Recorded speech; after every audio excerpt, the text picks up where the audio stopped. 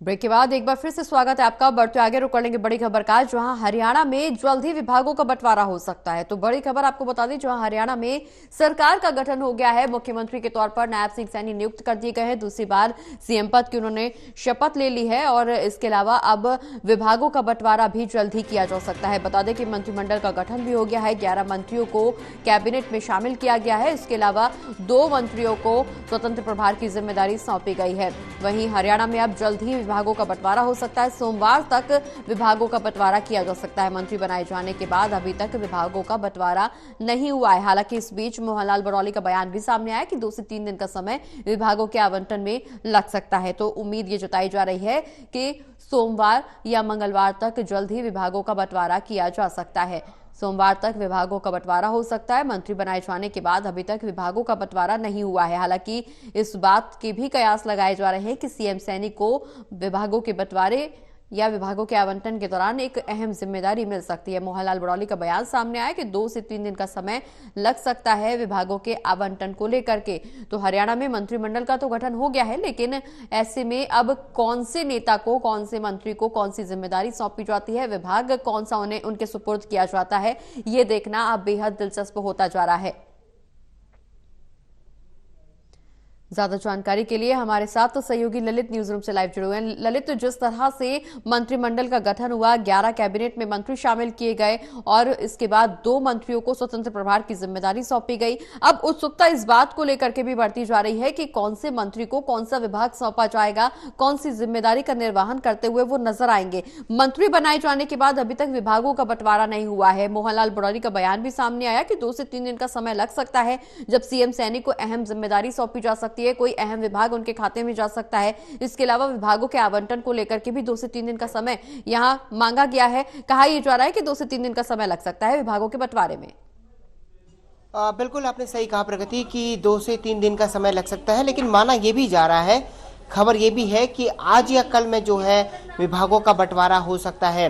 दिल्ली में जो मंथन होना था इसे लेकर वो दिल्ली वाला मंथन पूरा हो चुका है और सीएम जो है कल शाम को ही जो है चंडीगढ़ के लिए रवाना हो गए हैं।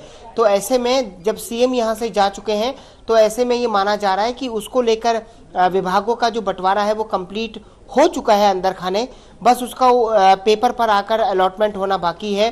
किस मंत्री को कौन सा विभाग मिलता है ये हो सकता है या तो आज शाम तक पता चल जाए या फिर कल सुबह जो है जब मंत्री अपने रूम में बैठेंगे तो वहां पर उनको विभागों का बंटवारा कर दिया जाए।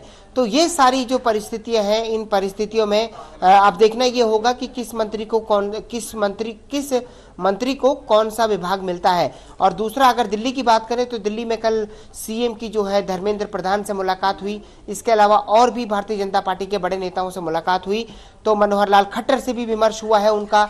तो मनोहर लाल खट्टर से जब विमर्श हुआ है तो इस पूरे अगर हम विभागों का बंटवारा होने से लेकर थोड़ा टिकटों के बंटवारे तक का पूरा एक प्रोसेस रिवाइंड करें तो उसमें दिखता है कि मनोहर लाल खट्टर की इस बार बेहद महत्वपूर्ण भूमिका रही है। और उन्होंने जिस तरीके से एक रणनीति गढ़ी और उन्होंने धर्मेंद्र प्रधान के साथ मिलकर जो रणनीति गढ़ी, उसका नतीजा ये हुआ कि भारतीय जनता पार्टी जो है जबरदस्त बहुमत वाले आंकड़े के साथ जीत कर भी आई और अब सरकार बन चुकी है।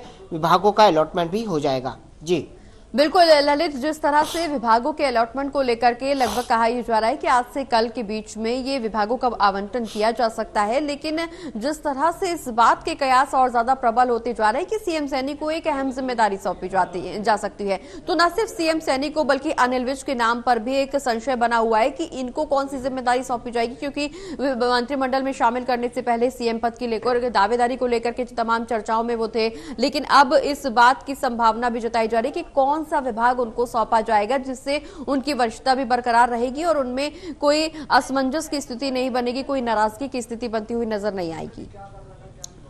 देखिए प्रगति, अभी कोई बहुत बड़ा इशू रह नहीं गया है कि सीए अनिल विज को क्या मिलेगा, क्योंकि अनिल विज खुद कह चुके हैं कि उनके अंदर कभी ऐसा कोई वो नहीं था।